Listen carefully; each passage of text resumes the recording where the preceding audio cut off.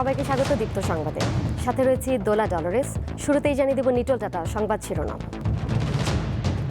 সংসদে স্বাধীনতার সুবর্ণ জয়ন্তীর আলোচনা শুরু।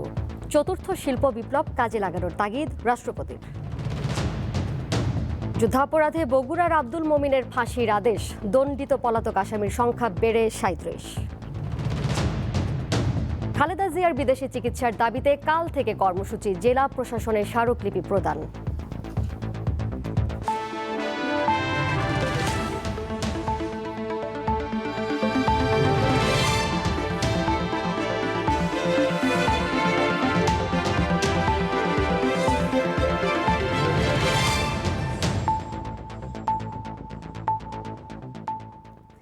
ডিজিটাল বাংলাদেশ আর স্বপ্ন নয়, বাস্তবতা বলে মন্তব্য করেছেন রাষ্ট্রপতি মোহাম্মদ আব্দুল হামিদ। স্বাধীনতার সুবর্ণ জয়ন্তী উপলক্ষে সংসদে বিশেষ আলোচনায় স্মারক বক্তৃতায় এ মন্তব্য করেন তিনি। রাষ্ট্রপতির স্মারক বক্তৃতার মধ্য দিয়ে ২ দিনের এই আলোচনা শুরু হয়েছে। রাষ্ট্রপতির ভাষণের পর সংসদের বৈঠকে কিছু সময়ের জন্য বিরতি দেওয়া হয়। এরপর আবার বৈঠক বসলে সংসদের কার্যপ্রণালী বিধির ১৪৭ ধারার আওতায় একটি প্রস্তাব তোলেন প্রধানমন্ত্রী শেখ হাসিনা। নোটিশ আকারে তার প্রস্তাব উত্থাপনের পর এ নিয়ে আলোচনা শুরু হবে। জাতিসংঘ কর্তৃক ১৯৭৫ সালে বাংলাদেশ করোনার প্রভাব সত্ত্বেও যে কয়েকটি দেশ অর্থনৈতিক প্রবৃদ্ধি অর্জন করেছে তাদের মধ্যে বাংলাদেশ অন্যতম। জাতির পিতা বঙ্গবন্ধু শেখ মুজিবুর রহমানের সোনার বাংলার আধুনিক রূপ ডিজিটাল বাংলাদেশ আজ কোনো স্বপ্ন নয়, বরং বাস্তবতা। সরকারের সাফল্য জাতি হিসেবে আমাদের সক্রিয়তা, সম্পদ ব্যবস্থাপনা, স্বচ্ছতা, সক্ষমতা, জবাবদিহি, দক্ষতা ও আত্মবিশ্বাসের প্রতীক স্বরূপ মাথা উঁচু করে দাঁড়ানোর সাহস দিয়েছে। ৭১-এর মানবতা বিরোধী অপরাধের মামলায় বগুড়ার আদমদীঘির পলাতক আব্দুল মোমিন তালুকদারকে মৃত্যুদণ্ডাদেশ দিয়েছে আন্তর্জাতিক অপরাধ ট্রাইব্যুনাল। বিএনপির সাবেক এই সংসদ সদস্যের বিরুদ্ধে আনা ৩টি অভিযোগই প্রমাণিত হয়েছে। এদিকে সংগঠন হিসেবে জামায়াতের বিচার নিয়ে থাকা আইনি জটিলতা কাটাতে পর্যালোচনা চালিয়ে যাওয়ার কথা জানিয়েছে প্রসিকিউশন। সময় বগুড়ার আদমদীঘির বিভিন্ন এলাকায় হামলা চালায় পাকিস্তানি বাহিনী, যার নেতৃত্ব দেন বিএনপির সাবেক সংসদ সদস্য আব্দুল মোমিন তালুকদার। তার বিরুদ্ধে ট্রাইব্যুনালে ৩টি অভিযোগ আনা হয়, যার মধ্যে ছিল ১৯ জনকে হত্যা ও গণহত্যা, ১৯টি বাড়িতে অগ্নিসংযোগ, অবৈধভাবে আটক, নির্যাতন, অপহরণ, লুণ্ঠন ও ধ্বংসযজ্ঞ চালানো। অভিযোগ প্রমাণ হওয়ায় বুধবার বিচারপতি মোহাম্মদ শাহিনুর ইসলামের নেতৃত্বাধীন ৩ বিচারপতির ট্রাইব্যুনাল আসামিকে সর্বোচ্চ সাজা দেয়। ঘটনার শিকার হওয়া ব্যক্তিদের রক্তক্ষরণের বিষয়টি আমলে নিয়ে আদালত জানায়, আসামির করা অপরাধ মানবজাতির বিরুদ্ধে অপরাধ। সন্দেহাতীতভাবে অভিযোগ প্রমাণিত হয়, তাদের আব্দুল মোমিন তালুকদারকে ফাঁসির আদেশ দেওয়া হয়েছে। যতক্ষণ পর্যন্ত না তার মৃত্যু হবে ততক্ষণ পর্যন্ত ফাঁসিতে ঝুলিয়ে তার মৃত্যু কার্যকর করা হবে। ঘটনার সময় আসামির বয়স কম দাবি করে আইনজীবী জানান, আপিল করলে ন্যায় বিচার পাবেন আসামি। শুধুমাত্র আমরা মনে করি যে রাজনৈতিক বিবেচনায় তাকে আজকে এই বিচারটার তাকে সম্মুখীন হতে হয়েছে এবং সে যেহেতু ওই সময় তরুণ ছিলেন। প্রসিকিউশন জানিয়েছে, সংগঠন হিসেবে জামায়াতের বিচারে আইনি জটিলতা কাটাতে পর্যালোচনা চলমান রয়েছে। এই ম্যাটারটা কনস্টিটিউশনাল সহ সমস্ত ম্যাটারগুলো নিয়ে আমরা একটু পর্যালোচনা করছি। আমাদের যেগুলো প্রমাণ করতে হবে, প্রুফ করতে হবে মাননীয় ট্রাইব্যুনালের মধ্যে, সেই ম্যাটারগুলো নিয়ে আমরা একটু পর্যালোচনা করছি। মোমিন তালুকদারকে নিয়ে ট্রাইব্যুনালের রায়ে সাজাপ্রাপ্ত পলাতক আসামির সংখ্যা বেড়ে হল ৩৭। আজিজুল ইসলাম, দীপ্ত সংবাদ, ঢাকা। খালেদা জিয়ার মুক্তি ও বিদেশে চিকিৎসার দাবিতে কাল থেকে নানা কর্মসূচির ঘোষণা দিয়েছে বিএনপি। আজ সারা দেশের জেলা প্রশাসকের কাছে স্মারকলিপি জমা দেওয়ার পর এই কর্মসূচি ঘোষণা করা হয়। নয়াপল্টনে বিএনপির কেন্দ্রীয় কার্যালয়ে কর্মসূচি ঘোষণা করেন দলের মহাসচিব মির্জা ফখরুল ইসলাম আলমগীর। কর্মসূচির প্রথম দিন কাল সারা দেশে যুব দলের বিক্ষোভ সমাবেশ হবে। এরপর ২৬, ২৮ ও ৩০ নভেম্বর এবং ১, ২, ৩ ও ৪ ডিসেম্বর দেশব্যাপী নানা কর্মসূচি পালন করবে দলটি। এর আগে সকালে ঢাকায় জেলা প্রশাসকের কার্যালয়ে স্মারকলিপি দেন বিএনপির সিনিয়র যুগ্ম মহাসচিব রুহুল কবির রিজভী। আমাদের দেশনেত্রী বেগম খালেদা জিয়া অত্যন্ত অসুস্থ। আমাদের ২৫ তারিখে অর্থাৎ আগামীকালই আমাদের অঙ্গ সংগঠন যুব দল তারা সারা দেশে, ঢাকা সহ সারা দেশে তারা এই বিক্ষোভ সমাবেশ কর্মসূচি পালন করবে।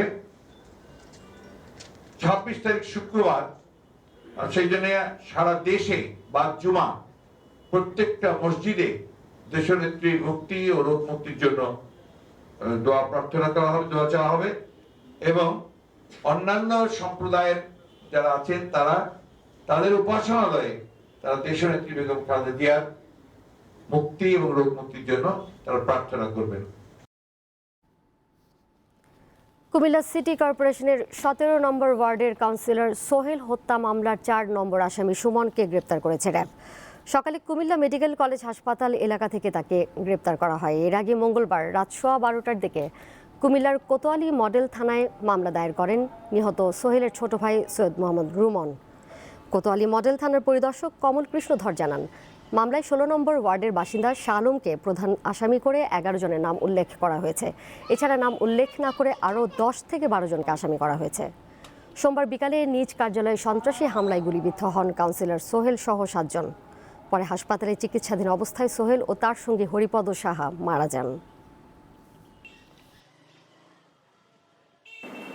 সার্বিক পরিস্থিতি আমাদের নিয়ন্ত্রণে আছে। আমরা এই জাতীয় ঘটনা যাতে না ঘটে সেই জন্য আমাদের বিভিন্ন কর্মতৎপরতা চালিয়ে যাচ্ছি এবং এই দোষীদের আইনের আওতায় নিয়ে আসার জন্য আমাদের কর্মতৎপরতা চলছে।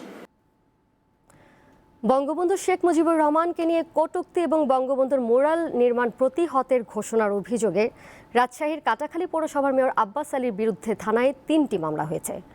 পুলিশ জানায়, মঙ্গলবার রাতে মহানগরীর রাজপাড়া, বোয়ালিয়া ও চন্দ্রিমা থানায় ডিজিটাল নিরাপত্তা আইনে 3টি এজাহার দায়ের করা হয়। পুলিশ এজাহারগুলো গ্রহণ করে মামলা রেকর্ডের প্রক্রিয়া শুরু করেছে। বোয়ালিয়া থানায় মামলা করেন রাজশাহী সিটি কর্পোরেশনের 13 নম্বর ওয়ার্ডের কাউন্সিলর আব্দুল মোমিন। চন্দ্রিমা থানায় করা মামলার বাদী 19 নম্বর ওয়ার্ড কাউন্সিলর তহিদুল হক সুমন এবং রাজপাড়া থানায় মামলা করেন 14 নম্বর ward councillor Anwar Hossain.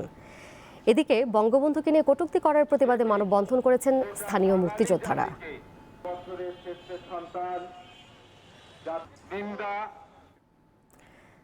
Gazipur city mayor Jahangir Alam পদত্যাগ না করলে তাকে অপসারণ করা সময় সাপেক্ষ ব্যাপার, কারণ আইন অনুযায়ী মেয়রকে সরানোর বিধান নেই।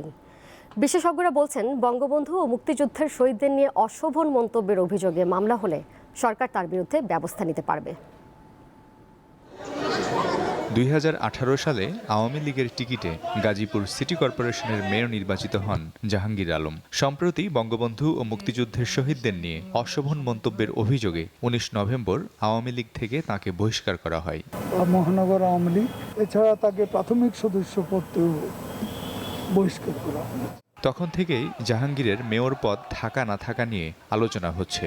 আইনবিদরা বলছেন, স্থানীয় সরকার বা সিটি কর্পোরেশন আইন অনুযায়ী তিনি স্বপদে বহাল থাকবেন। এখন দল আপনাকে চাচ্ছে না, সরিয়ে দিয়েছে, তাহলে আপনার তো থাকার নৈতিকতা আপনি হারিয়ে ফেলেছেন। যদি সেটা উনি বিশ্বাস করেন বা মনে করেন, সেক্ষেত্রে উনি যদি পদত্যাগ করে ফেলেন তাহলে উনি অপসারিত হয়ে যাচ্ছেন অটোমেটিকলি। এটা নিয়ে কোনো বিতর্ক থাকবে না। এখানে আপনি দলীয় মনোনয়ন পেলে দল থেকে বহিষ্কার করলে আপনার সিটি কর্পোরেশনের পদ চলে যাবে, এটি আমি আইনে কোথাও পাইনি। তবে বঙ্গবন্ধু ও মুক্তিযুদ্ধের শহীদদের নিয়ে মন্তব্যের ঘটনায় মামলা হলে স্থানীয় সরকার মন্ত্রণালয় ব্যবস্থা নিতে পারবে বলে মত দেন এই আইনজীবী। কারণ বঙ্গবন্ধুকে কটূক্তি করার বিষয়ে তো একটা আইন আছে, কটূক্তি করলে মামলা হবে। আর যে এই মামলাটা হওয়ার পরে এ সাজা হওয়ার কারণে তাকে কিন্তু অপসারণের সুযোগ হবে, কিন্তু সেটার মধ্যে তো এই সাজা টাজা হওয়া এগুলো তো বহুদিনের ব্যাপার।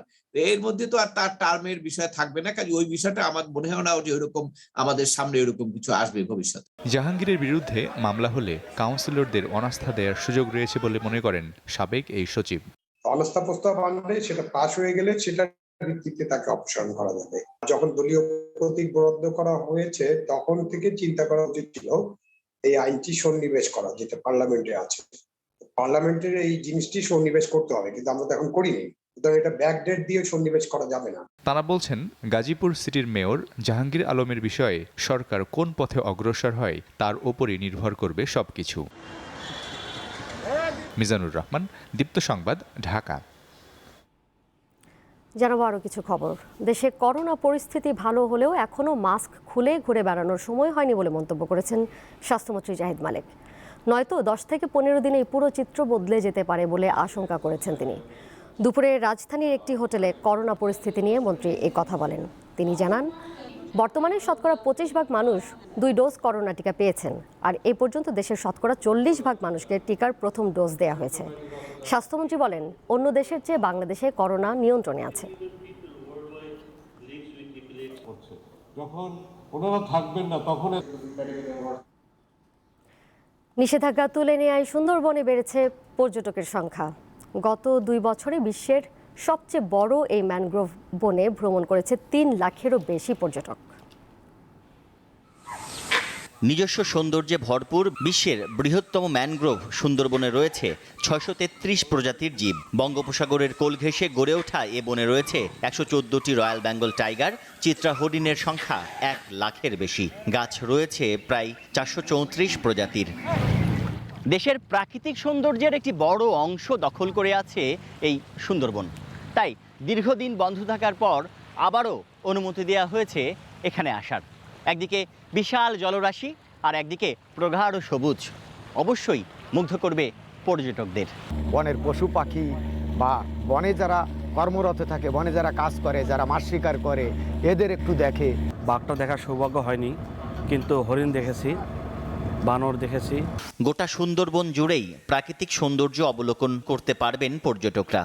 তবে করমজল, কটকা, কচিখালী, দুবলারচর, হিরন পয়েন্ট, কলাগাছিয়া, মানিকখালী, আন্দারমানিক ও দোবেকি এলাকায় পর্যটকরা বেশি ভ্রমণ করেন। সুন্দরবনে সরাসরি না আসলে মোবাইলে বা ইন্টারনেটে দেখা সম্ভব না। গত মাসের এই মাস দিয়ে 60-65টা লঞ্চ আসছে পর্যটন, এটা দেখার জন্য। জামতলা সি বিচে যে তারা বাঘ দেখছে, এই তো তাদের চোখে পড়ছে, দেখে গেছে। এখন সবাই আসে বলে যে বাঘ দেখবো, বাঘ, কিন্তু বাঘ তো আর আসিয়া সামনে বসিয়া থাকে না। যেখানে হরিণ আছে সেখানে বাঘ আছে, এইটাই আমাদের চিন্তা করতে হবে।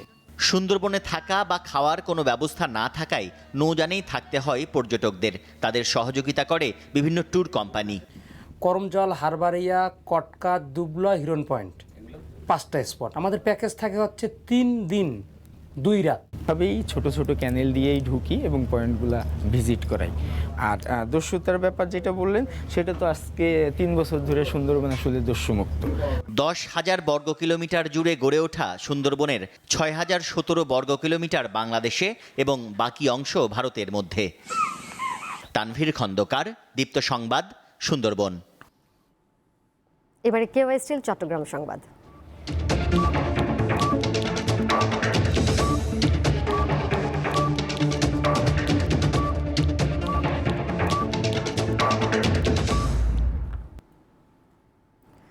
সপ্তম দফায় কক্সবাজার থেকে নোয়াখালীর ভাসানচরে যাচ্ছে 1,500 রোহিঙ্গা। সকাল 11:15টার দিকে 6টি বাসে 250 জনেরও বেশি রোহিঙ্গা কক্সবাজার থেকে চট্টগ্রামের উদ্দেশ্যে রওনা দেয়। এর আগে মঙ্গলবার বিকাল থেকে তাদেরকে উখিয়া ডিগ্রি কলেজ মাঠে জড়ো করা হয়। নৌবাহিনীর তত্ত্বাবধানে জাহাজে ভাসানচর আশ্রয় শিবিরে নেওয়া হবে রোহিঙ্গাদের। গত 1 ও 2 এপ্রিল ষষ্ঠ দফায় 4,372 জন রোহিঙ্গা ভাসানচরে যায়। এবার 1800 থেকে 2,000 রোহিঙ্গাকে ভাসানচরে স্থানান্তরের লক্ষ্য রয়েছে সরকারের।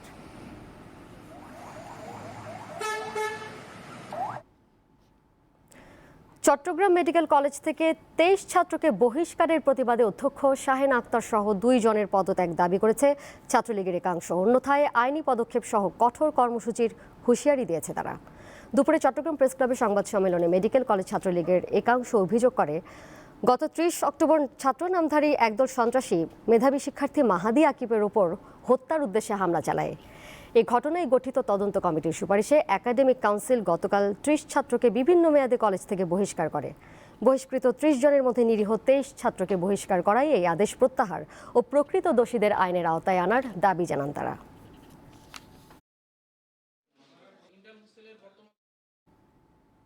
দেখছেন দীপ্ত সংবাদ। এ পর্যায়ে একটা বিরতি নিচ্ছি।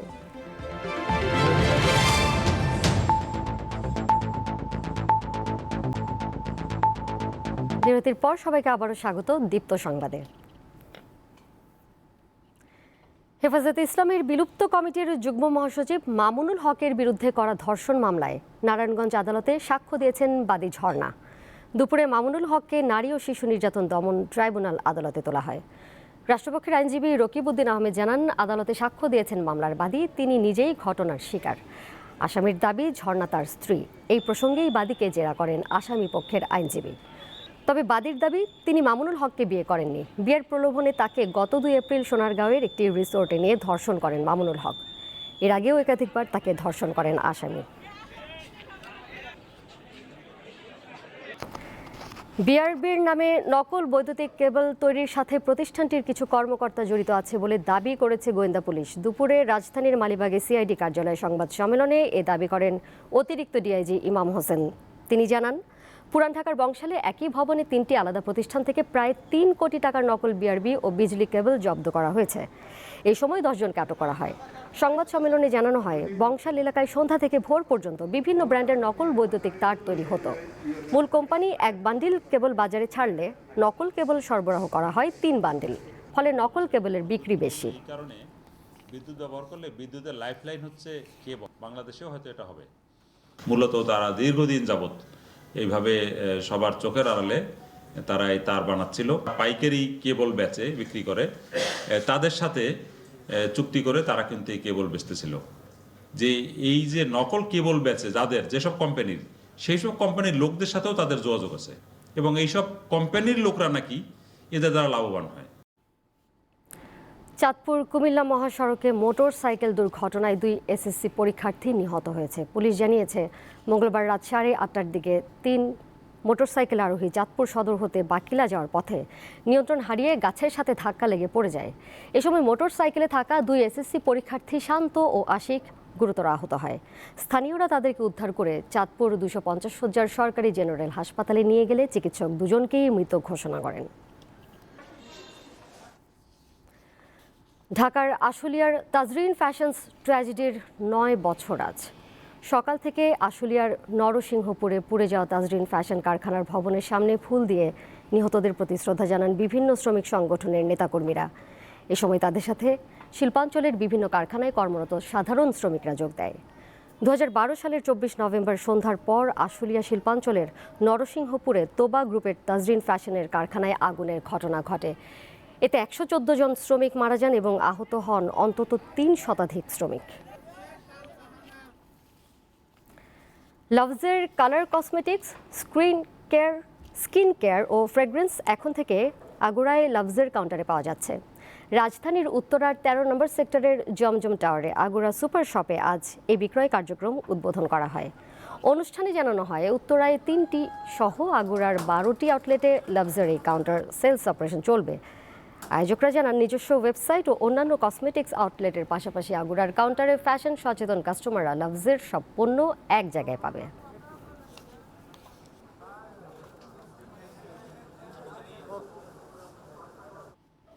সংবাদে আবারও বিরতি নিচ্ছি, অন্যান্য খবর নিয়ে ফিরব শিগগির।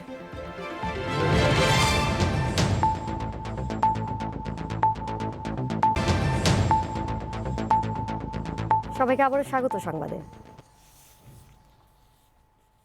দেশের বাইরের খবর। বিশ্বজুড়ে মঙ্গলবার করোনায় 5,937 জন মারা গেছে। আক্রান্ত হয়েছে 4,68,918 জন। আগামী বছরের মার্চের মধ্যে ইউরোপে করোনায় মৃতের সংখ্যা 20 লাখ ছাড়িয়ে যেতে পারে বলে সতর্ক করেছে বিশ্ব স্বাস্থ্য সংস্থা। অঞ্চলটিতে দৈনিক মৃতের সংখ্যা 4,200-তে দাঁড়িয়েছে, যা গত সেপ্টেম্বরের দৈনিক মৃত্যুর চেয়ে প্রায় দ্বিগুণ। অপরদিকে যুক্তরাজ্য সহ গোটা ইউরোপে মোট মৃত্যু ইতোমধ্যে 15 লাখ ছাড়িয়েছে। আগামী বছরের 30 এপ্রিল থেকে 2 ডোজ টিকা নেওয়া ভ্রমণকারীরা নিউজিল্যান্ডে প্রবেশ করতে পারবে বলে জানিয়েছে দেশটি। এদিকে মেক্সিকোতে বয়স্ক ব্যক্তিদের জন্য করোনার বুস্টার ডোজ দেওয়ার চিন্তা করছে সরকার। চলমান যুদ্ধ সংঘাতে ইয়েমেনে 2030 সাল নাগাদ 13 লাখ মানুষ মারা যেতে পারে বলে আশঙ্কা প্রকাশ করেছে ইউএনডিপি। মঙ্গলবার এক প্রতিবেদনে ইউএনডিপি জানায়, চলতি বছরের শেষে ইয়েমেনে মারা যেতে পারে 3,77,000-এরও বেশি মানুষ। এদের মধ্যে 70%ই 5 বছরের কম বয়সী শিশু। ইউএনডিপির প্রশাসক আচিম স্টেনার এই ঘটনাকে ইতিহাসের অন্যতম ভয়াবহ মানবিক সংকট বলে অভিহিত করেছেন। 2014 সাল থেকে ইয়েমেনে তৎকালীন মানসুর হাদি সরকারকে ক্ষমতাচ্যুত করে সরকারি বাহিনী ও হুথি বিদ্রোহীদের লড়াই চলছে। জাতিসংঘ বলছে, দেশটিতে অন্তত 1,56,00,000 মানুষ অনাহারে রয়েছে।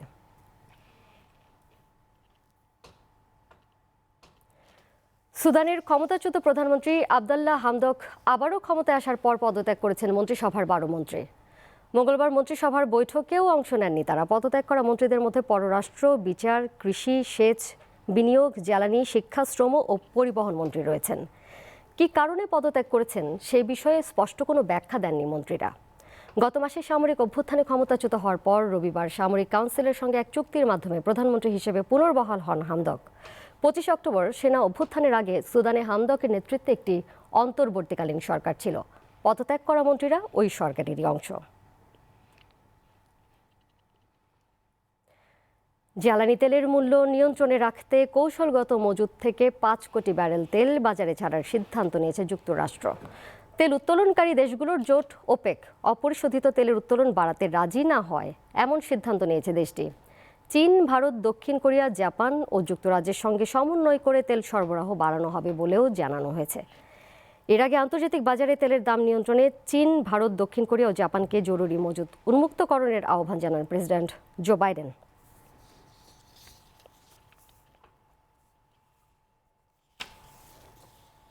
এবারে খেলার খবর। 2 ম্যাচ সিরিজের প্রথম টেস্টকে সামনে রেখে চট্টগ্রামের জহুর আহমেদ চৌধুরী স্টেডিয়ামে অনুশীলন করেছেন বাংলাদেশ ও পাকিস্তান দলের ক্রিকেটাররা।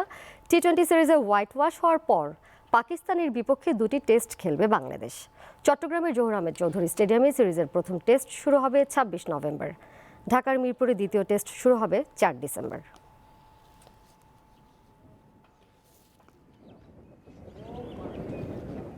শেষ করব দীপ্ত সংবাদ। যাবার আগে নিটল টাটা সংবাদ শিরোনাম জানাবো আরও একবার। সংসদে স্বাধীনতার সুবর্ণ জয়ন্তীর আলোচনা শুরু।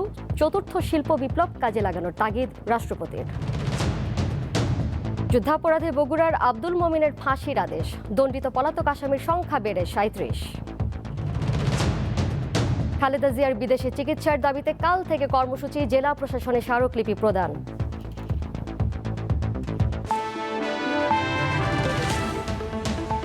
আর এই ছিল এখনকার মতো। আমাদের পরের সংবাদ সন্ধ্যা 6টা 50 দেখার আমন্ত্রণ রইল। আর আমাদের সাথে অনলাইনে যুক্ত থাকার উপায় facebook.com/diptonews এই ঠিকানায়। সবাইকে ধন্যবাদ এতক্ষণ সাথে থাকার জন্য।